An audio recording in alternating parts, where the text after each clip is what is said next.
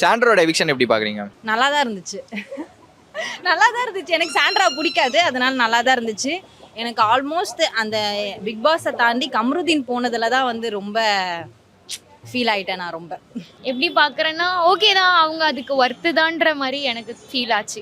அது அவங்க முன்னாடியே எவிக்ட் ஆகிற மாதிரி தான் இருந்தது.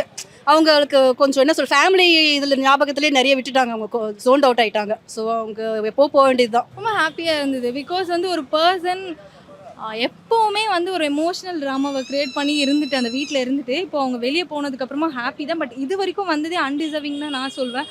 பிகாஸ் நான் ஃபர்ஸ்டே சொன்ன மாதிரி எவ்வளோ டேலண்டட் பீப்புள்ஸ் இருக்காங்க, அவங்கள உள்ள விடாமல் ஏன் இப்படி பண்ணுறாங்கன்ற ஒரு மனக்குமுறல் தான் அது பேசிக்காக எல்லா பீப்புள்ஸ்கிட்டையும் இருக்கிறது தான். அதுதான் எனக்கும் இருந்துச்சு.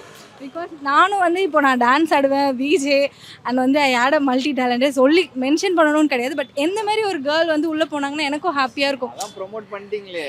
இல்லைங்க, ஐயோ இல்லை, இன்டைரக்டா ஏங்க பாக்குறவங்க உங்களை பிக் பாஸ் கூப்பிடுங்க போதுமா? லைக் வந்து சொன்ன அந்த மாதிரி ஒரு பர்சன் உள்ளே போனாங்கன்னா அந்த மாதிரி இல்ல, என்ன மாதிரின்னு சொல்லிடுங்க. I feel so happy for that.